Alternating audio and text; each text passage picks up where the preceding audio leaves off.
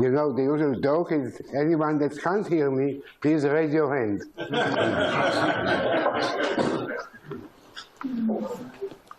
Okay, so what I plan to do in this session and tomorrow's last session is first to start with a review of the main ideas that I discussed during this week. And that will be for the benefit first of the people that were not here, and also for the people that were here. I'm sure that that review will bring out the main important ideas that I try to introduce. And when I finish this review, I will devote the rest of the time today and also tomorrow to a description of a number of exciting new effects and new phenomena that is revealed by this new approach to quantum mechanics that uses the concept of weak measurements, weak value, and the two-vector formulation. So first of all, the review.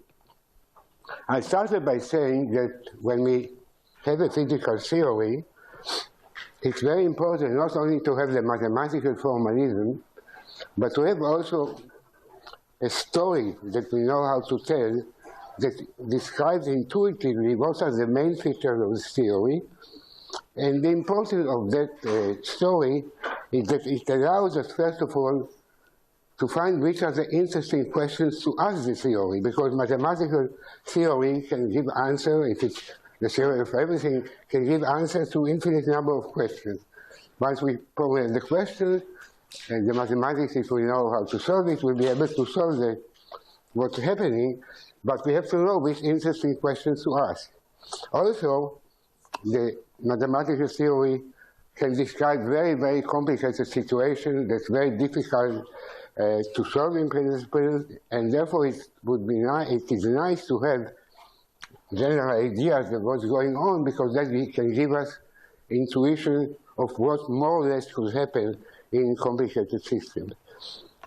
I think a beautiful example of knowing how to tell a nice story about classical physics is the example of thermodynamics. When we have very macroscopic systems, if we have the right story about it, then we can develop new concepts of what happened in this very complicated situation, and the concepts are the pressure and entropy in particular. These are examples where we could develop, through intuition of what is happening, a completely interesting approach to very complicated situations. So, we know that at the beginning of last century, there were two revolutions in physics: relativity, I will talk about special relativity, and quantum mechanics. And this revolution uncovered very exciting new phenomena of nature when you switch the velocity of light from infinite to a finite value, and the thing that we call now Planck constant from 0 to something finite. When Planck constant is 0 and the velocity of light is infinite, we just have classical physics. If we only reduce the velocity of light to a finite value and not touch h yet, assume that h is still 0, then we have classical special relativity.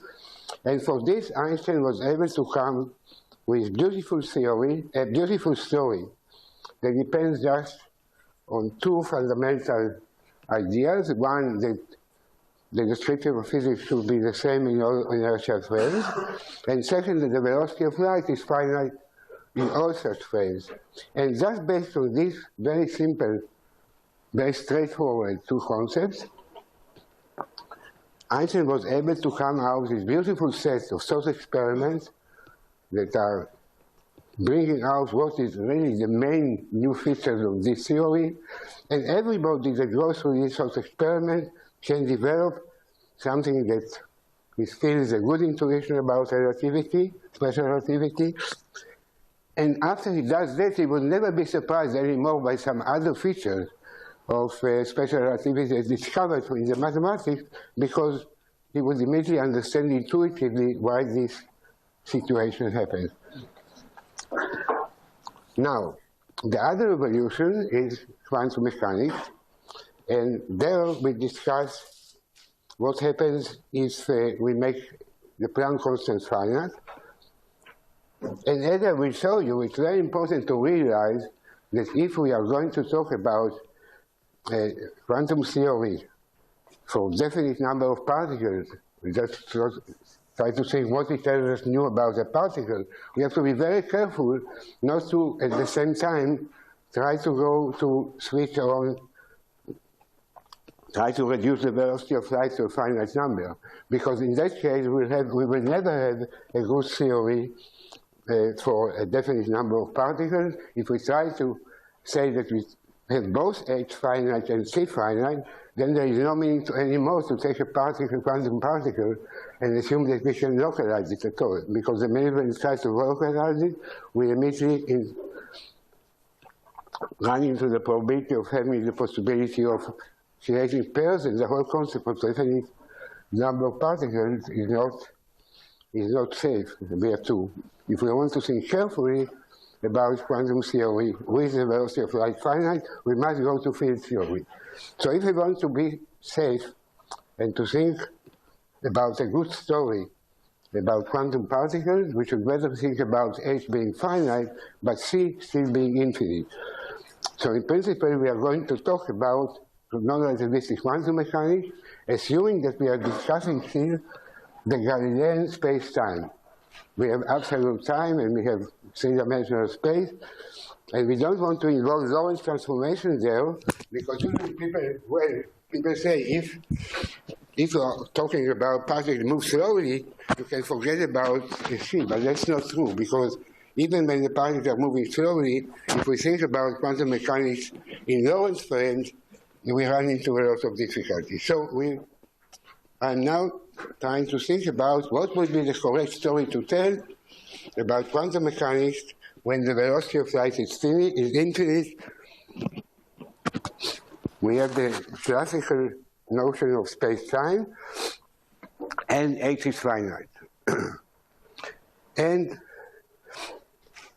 the historical fact is that up to now, the situation in the case of quantum mechanics is very, very different than of classical physics when we switch on the velocity of light to finite one. It's an experimental fact, a social experimental fact, that if you try to ask any physicist, do you really understand quantum mechanics? He will give you one of two answers. Either you will say, yes, I understand it fully, but when you try to find out what he means by saying that he understands it fully, is that he has a very good intuition about how to solve the mathematical problem.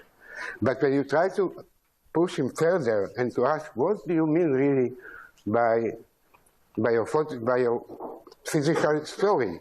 What do you mean by saying that a particle can be at the same time at two different locations?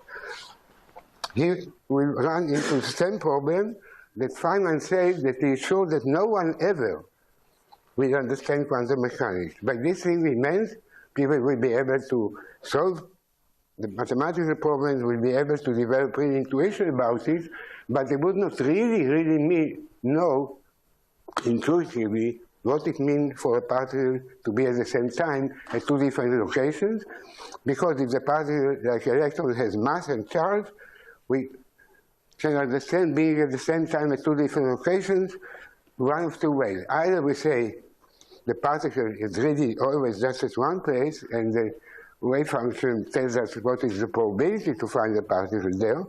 There is no problem with that, but that will not explain what's happening, because when we look at the two-slit experiment, what's going to the two slits is not probabilities that the particle will go through one or the particle will go through the other. It's this new notion of amplitude, and the minute we say, aha, we have an amplitude moving in space, we don't understand what it means. If we really think carefully, there is no way to understand what it means, because we are not planning to say that the charge and the mass are spread according to this amplitude.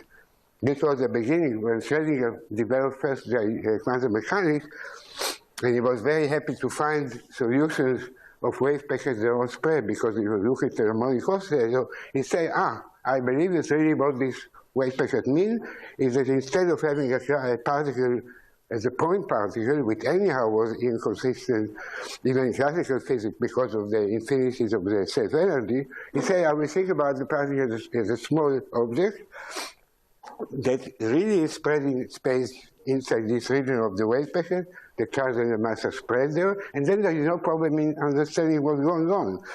But when people try to follow that, very already in the early days, they immediately realize that this is not true in general, and this wave packet begins to spread in time, and pretty soon it covers a very big region of space-time. And then what is the meaning of that? What is the meaning of this amplitude? I think Feynman was very honest in saying that he doesn't believe that he understands it, and Feynman was sufficiently proud that he said, if I don't understand it, I'm sure that no one will ever understand it. So what I was trying to tell you is that, in fact, when you think about quantum theory, there are two possible stories to try and tell. One is a story that follows the way that Schrödinger has developed quantum mechanics, and the other is the story to try to follow the idea of Heisenberg when he tried to develop it. And my main message, or my own feeling about the situation, is that people immediately follow Schrödinger's story, because that story was very simple to understand, because it was describing a story of these waves, and we could understand intuitively what waves mean. He was able to understand the interference, to explain the interference phenomena this way. And the most important thing, the Schrödinger approach allowed, by looking at the Schrödinger equation of motion for these waves, allowed people to solve very complicated problems that in the Heisenberg picture, nobody knew how to do mathematically. So poor Heisenberg was left alone. At the beginning, when he developed, he was the beginner, because Schrödinger followed a few months later. When he started, then everybody was trying to solve the problems using the Heisenberg picture, and pretty soon they realized it's quite complicated mathematically. The minute you try to solve problems more complicated than harmonic oscillator or hydrogen atom, people found it very, very difficult to continue to procedure using the Heisenberg picture. And then came Schrödinger with his famous equation and the concept of waves describing quantum mechanics, particles by waves. And then people realized that it's so beautiful. First of all, they have now a very simple intuition of what's going on, so-called intuition. In the case of Heisenberg, these were these complicated methods that nobody could have any intuitive feeling what they mean. In the case of Schrödinger, you have a beautiful particle described now by wave. Everybody has experience of using Maxwell waves. So they say, we have now a beautiful way to think about quantum mechanics. And then they try to solve more and more complicated problems, more complicated atoms. And lo and behold, it became very easy, infinitely more easy than in the case of Heisenberg. So from there on, in fact, till today, I claim, till a few days ago when I started to talk here, but till today, people think about quantum mechanics in the story of Schrödinger.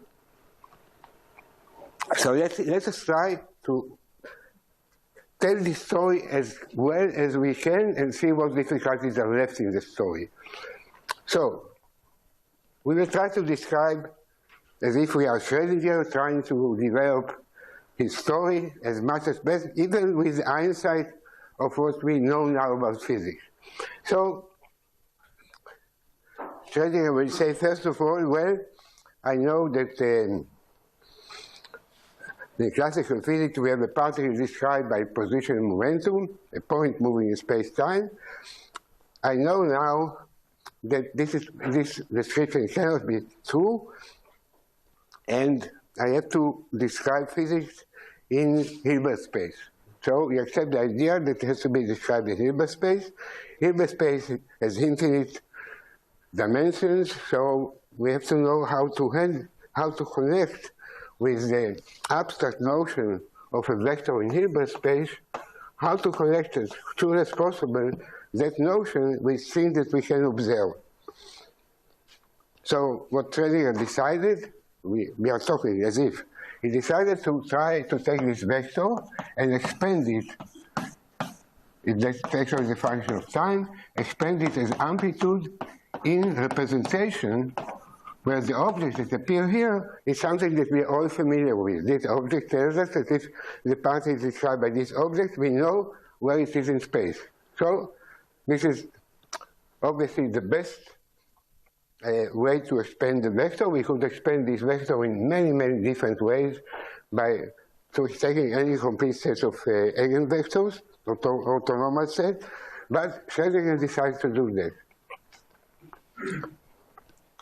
So therefore, if we look at the dynamic equation, we want to write an equation which is h psi equal to IH psi dt. That is for any vector in Hilbert space. But using that representation, we will write this equation, what it implies for the coefficient of this expansion. And very soon we discovered that that thing will be very, very simple. It's the Hamiltonian. We will try to discuss now just a single particle because all the essential new features can be understood just with the story of a single particle. So if H classically is equal to p squared over 2m plus some potential V of x, then Schrödinger realized that if we want to write correctly the commutation relation between x and p, he can represent in this representation the momentum by the derivative with respect to position and the position itself as a number. And then from this he could follow his famous Schrödinger equation. Of course, this wasn't the really historical way how he developed. The really historical way was that Schrödinger read the article of De Broglie, where De Broglie said the following: if classical electromagnetic theory, when we come to the quantum domain, reveals some particle properties that we now call photons, then De Broglie said, why not to assume the same about classical particles, that they have wave properties? I want us to make a very short digression here and show that already here there is some real confusion.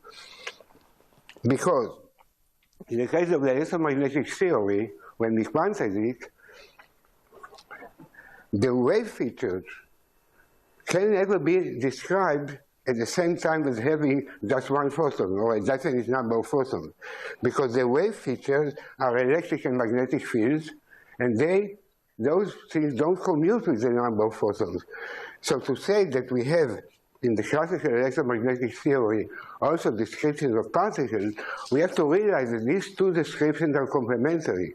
We can't think of a single photon having also the properties of electric and magnetic field, because if we try to measure that, immediately we create and destroy photons.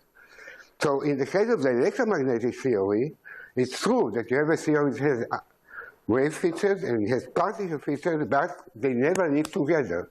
Now what happened with De Broglie? De Broglie said, I have a single quantum particle, but it must have also wave properties. So this is not saying something that we learned from electromagnetic theory. It's saying something more, which is not true, because that will be eventually the reason why we have all this confusion. Because Schrödinger followed what De Broglie said, but he understood with that the meaning that we have a particle and at the same time this single particle has wave properties, which is wrong. Okay. This, you will see later that this really is the reason why the Schrödinger story is really inconsistent, and that's why we don't have a good intuition about quantum mechanics. That's for this problem. Anyhow, so Schrödinger said, in hindsight, we are not going to describe the historical thing. We are trying to tell now the Schrödinger story as best as we can. So Schrödinger would say, I need to understand what a vector in Hilbert space means, so I should better try to represent it in a representation that I intuitively understand what it means. And then in that representation, I have these amplitudes, which are functions now.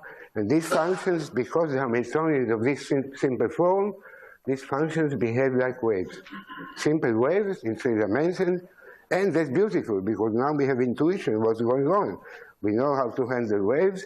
We understand now immediately why, in this case, if we look what happens when we do interference experiment on quantum particles, say the famous 2-slit experiment, we now understand, since the particle is described by waves, the wave, even if we have just a single particle, that wave goes through the 2-slit, we get interference, and that explains the main new feature of quantum mechanics for particles, that they also show interference properties.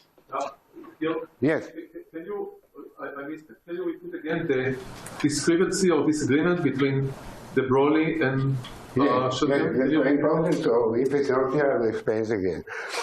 In the case of the electromagnetic theory, classical theory, when you add to it the quantum discovery that this electromagnetic wave is made out of lumps of energy, namely particle-like properties, then we say that this shows to us that in the case of classical fields, when we go to quantum mechanics, this classical field has also particle-like properties, right?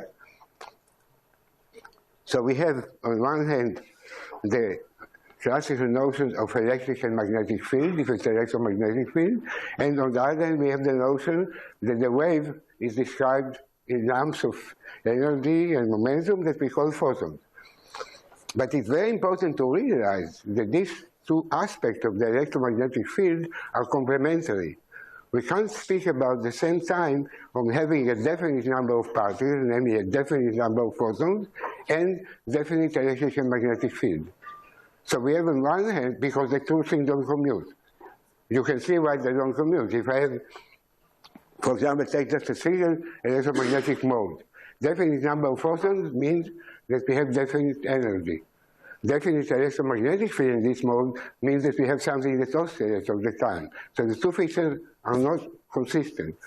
If you want to speak about the field aspect, the electric and magnetic field, you speak about a situation where you are not allowed to think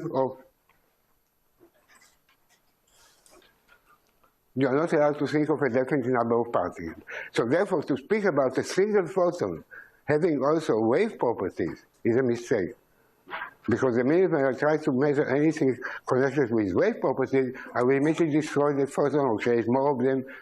So the notion that I have a single photon with waves is a mistake. Now with de Broglie, Clement said, okay, electromagnetic theory, I have both wave properties and classical properties. Then maybe when I try to understand what happens when I quantize classical particles, not classical waves, I will have now these classical particles have also wave properties. But at this point, he thought about a single particle having wave properties. This is not analogous to what happened in the electromagnetic case. And this is the main problem, as we will see when trying to describe, to talk about a consistent story in the Schrödinger way to look at it. So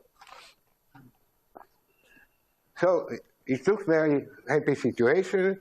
I have a single quantum particle moving in space.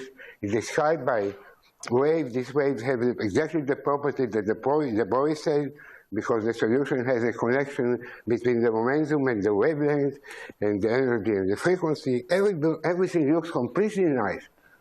And we can have very intuitive picture about it. And we know, say, if you look at the Davison-Gemma experiment, where you send particles through crystals and you see electrons and you see all the interference patterns, everything looks nice. So what's the problem?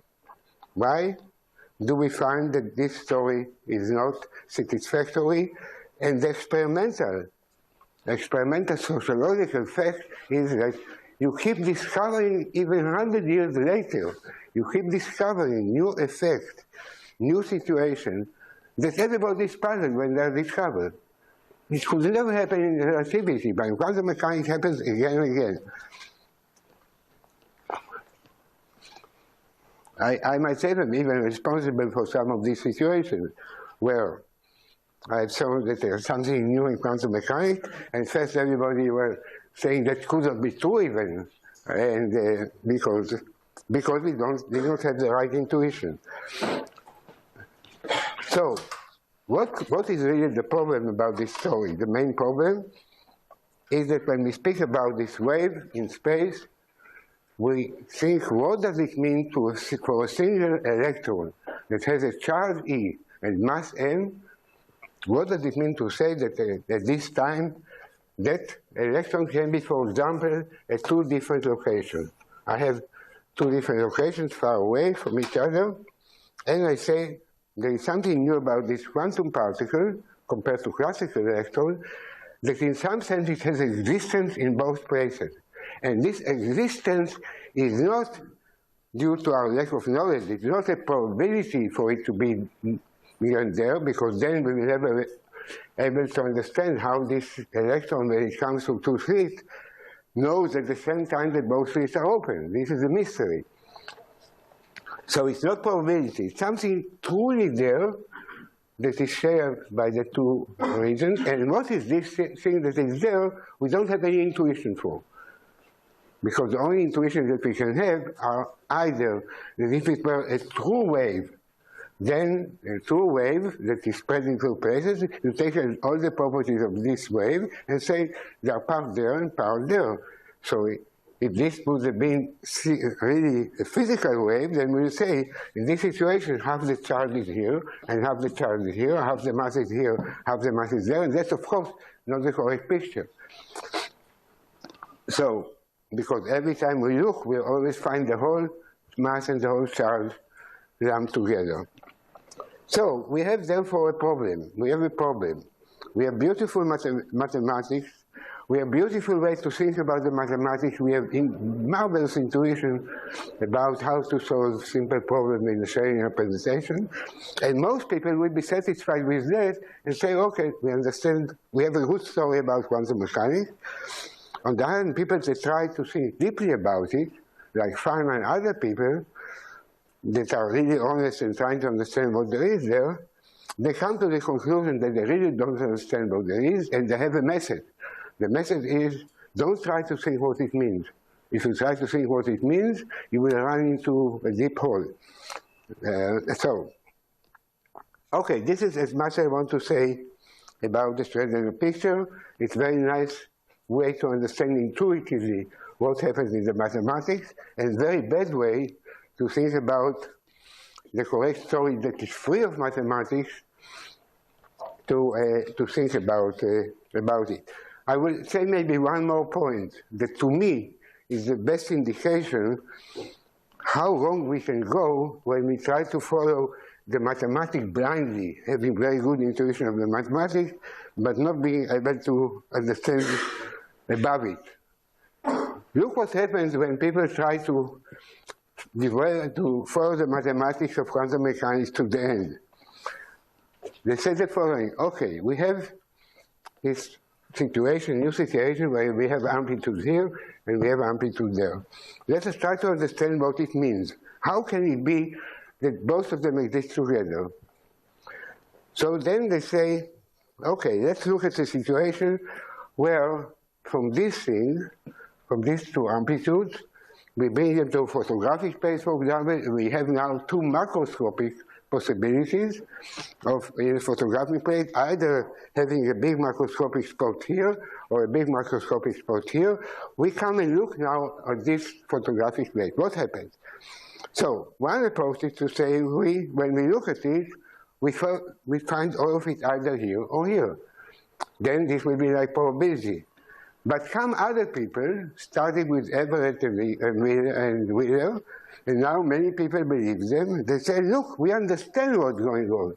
When we look at the photographic plate, we ourselves go into two places, in the same way as the electron. So we didn't understand what the electron does.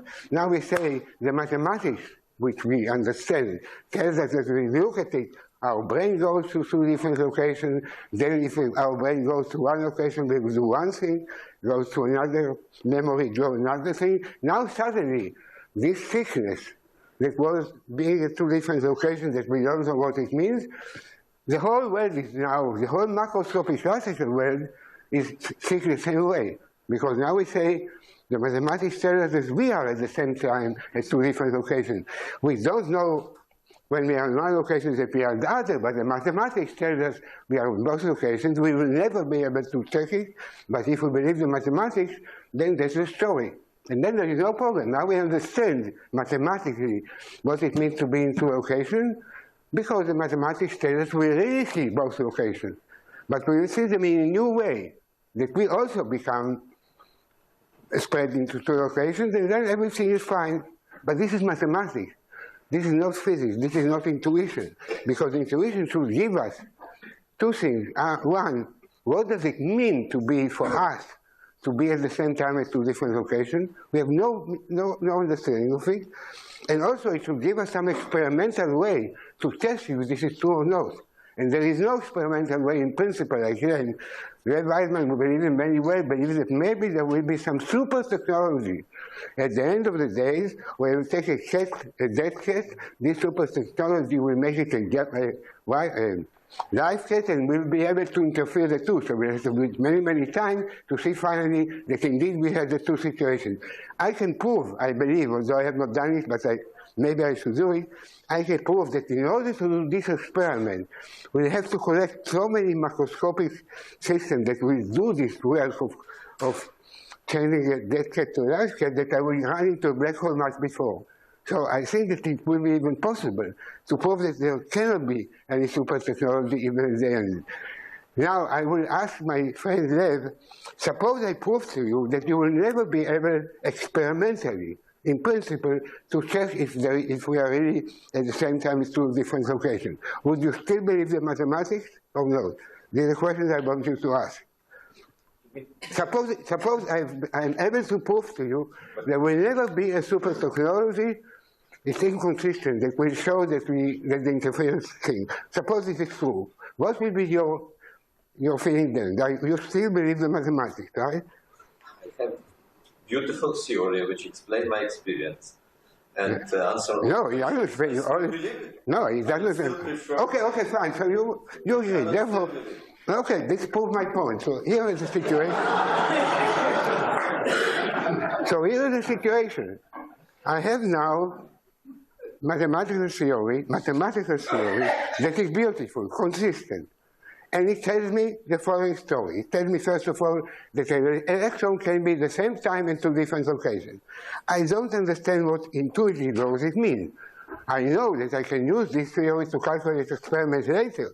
But to ask what it means at this instant of time for the electron to be at two different locations, still keeping its electric and mass always together, not spread, its electric charge and the mass, then I am left with this misunderstanding what it means, and now comes the idea, actually, you in principle couldn't understand what it means. Why? Because when you come and look at the electron, you yourself are speaking to two, and these two don't know of each other, so there cannot be explanation. But it's fine because it's consistent. Everything is consistent. Mathematically, I can't find any problem with it.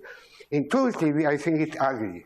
Other people don't think so. I think it's ugly because it's a story that I don't understand intuitively what it means. Okay, enough about Schrödinger's story.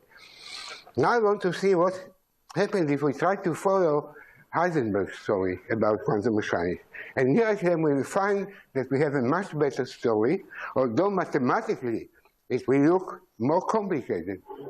But intuitively, we will find a story that is free of inconsistencies, and therefore I think that we have to think, when we want to think correctly about quantum mechanics, we have to do two things. We have to tell the Heisenberg story to understand what is going on intuitively, and we have the Schrödinger story as a mathematical aid to help Heisenberg to follow what happened in his story. So for me, the Schrödinger picture or the Schrödinger wave is something that has the same role as potentials in classical physics. We have electromagnetic vector potential and scalar potential that can help us to solve very nicely physical problems in the canonical formalism, but we never would say that because of that, the potential exists. It's a true physical property. So for me, the Schrödinger representation, as I will try to say, is just a beautiful mathematical way of solving what happened in the Heisenberg representation, and there we have a picture that we can understand intuitively. So what did Heisenberg do? Again, in hindsight, this is not how we discovered it, but in hindsight, we say what Heisenberg can then say, okay, I have a vector in Hilbert space, how should I understand what this vector means?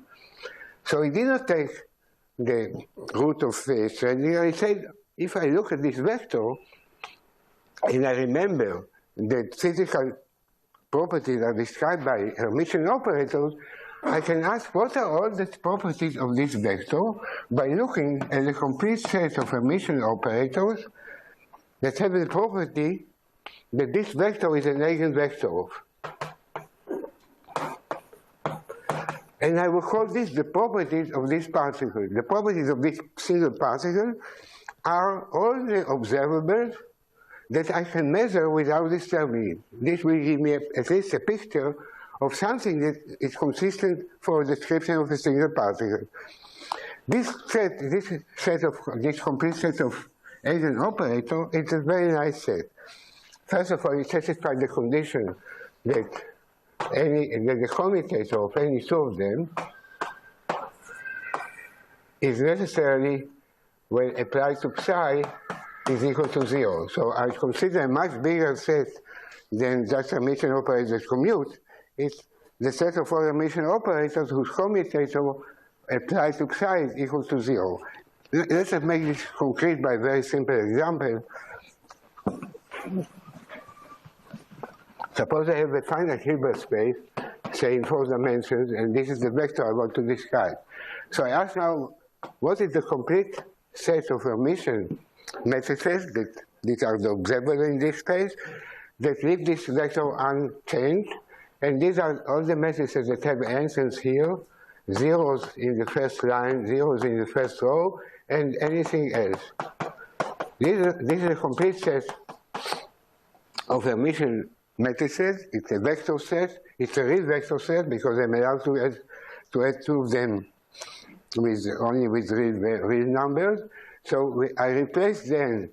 I have now a one-to-one mapping between the complex Hilbert space in n dimensions and the real new space, vector space, in n squared dimensions, and the number of the subspace of all those that are definite are n minus 1 squared plus 1. And the nice thing about this set is that you can immediately check that I must have 0, 0, otherwise I will disturb this vector. The nice thing about this set is that the set uniquely defines a single vector. So I can define now a single vector by a set of observables that I'm allowed to measure in principle without changing the vector, and they completely characterize what the vector is.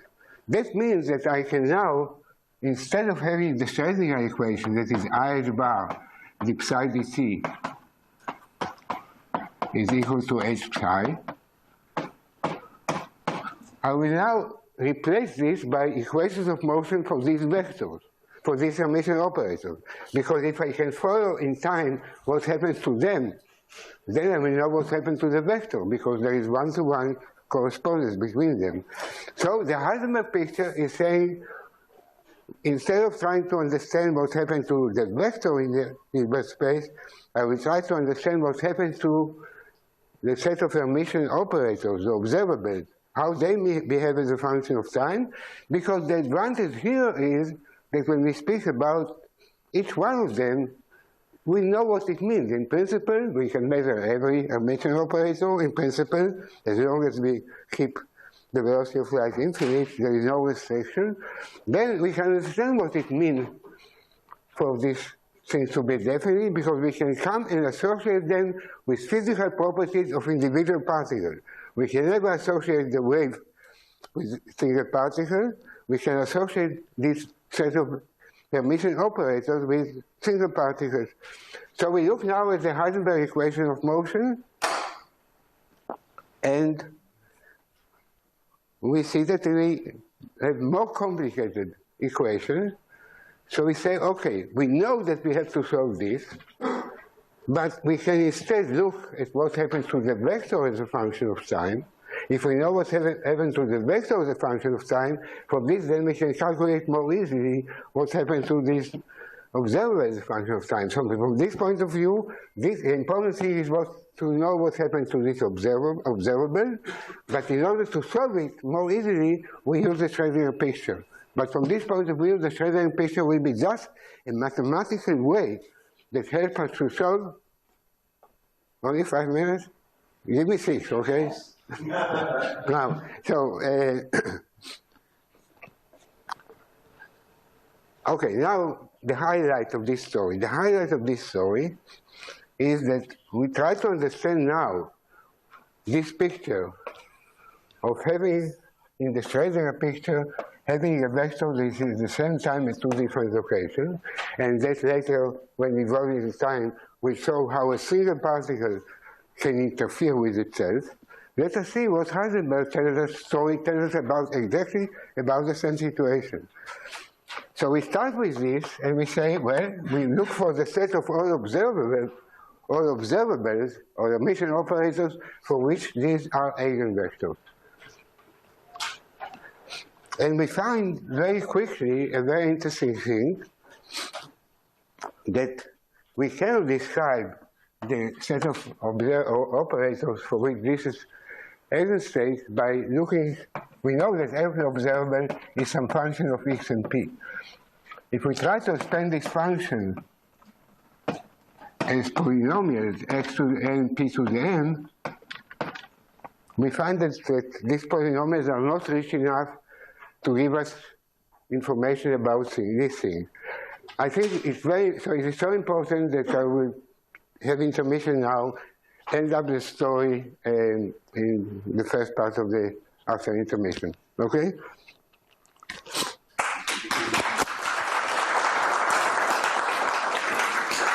Any questions? Yeah, question, yes.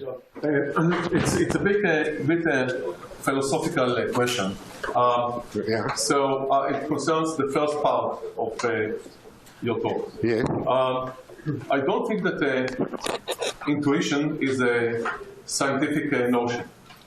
So what I understand about physics, and maybe I'm wrong. No, we have an experimental evidence here. That feels very obviously that there's beautiful intuition about what happened there, right?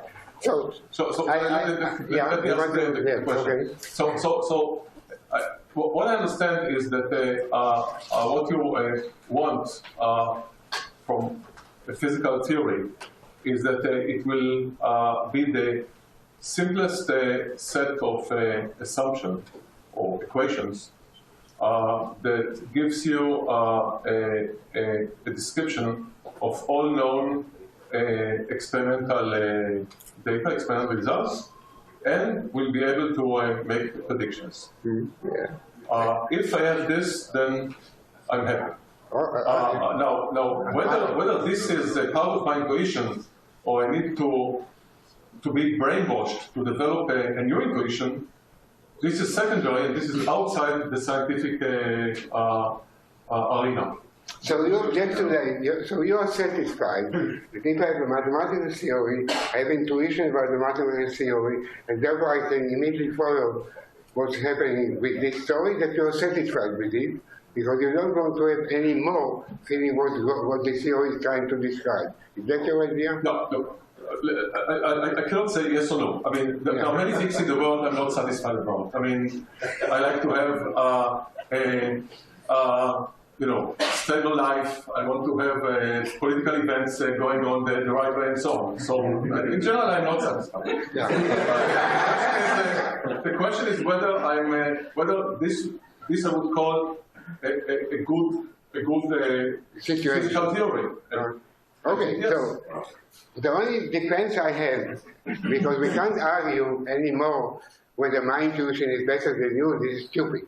The only defense that I have is that we keep being surprised again and again by discovering features of the mathematics of quantum theory that we did not suspect. That means that really, we don't have even a good enough intuition about the mathematics, because we know we have an intuition about simple situations and with the mathematics, but we keep discovering new situations that we weren't able to guess before. And if we had the right story, like what I call the right story, we will be surprised. In the case of relativity, we have the right story, and everybody say, come and tell us, look, I have two twins, one of them will go and come back at a different age. I will immediately say, hey, Einstein told us a very nice story.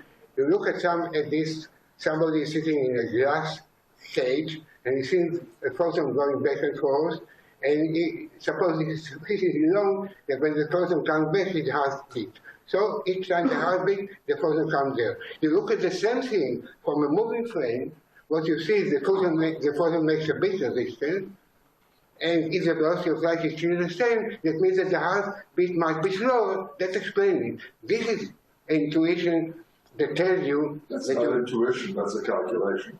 But the calculation, the intuition is if the velocity of light is the same, that must follow.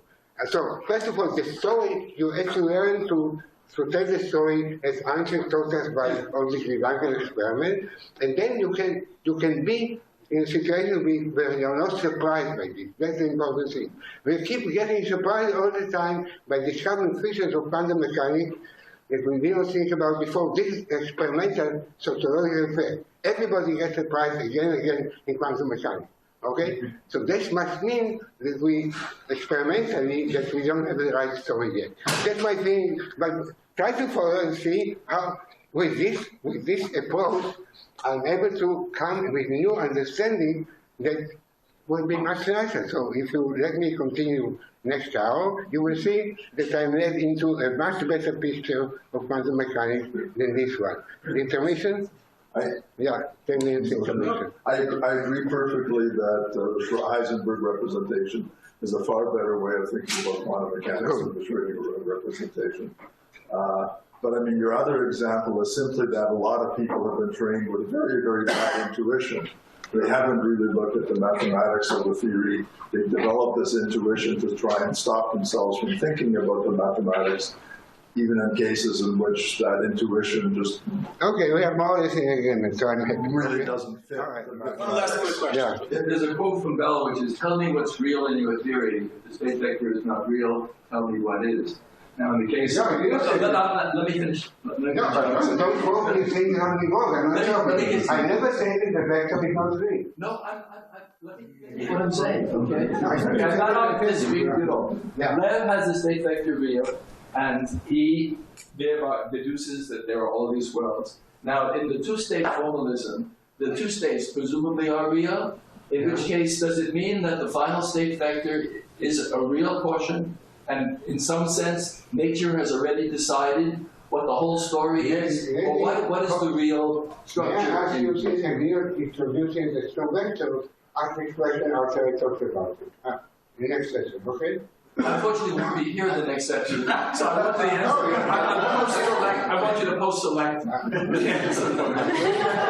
Okay. The answer is that indeed, if you describe a quantum system fully, you have to describe it by using two boundary conditions, and the two boundary conditions have two sets of observables, and you have to learn to think about the two sets together. I can describe them also as two vectors in the Schrödinger picture, but there I'm led into some difficulty.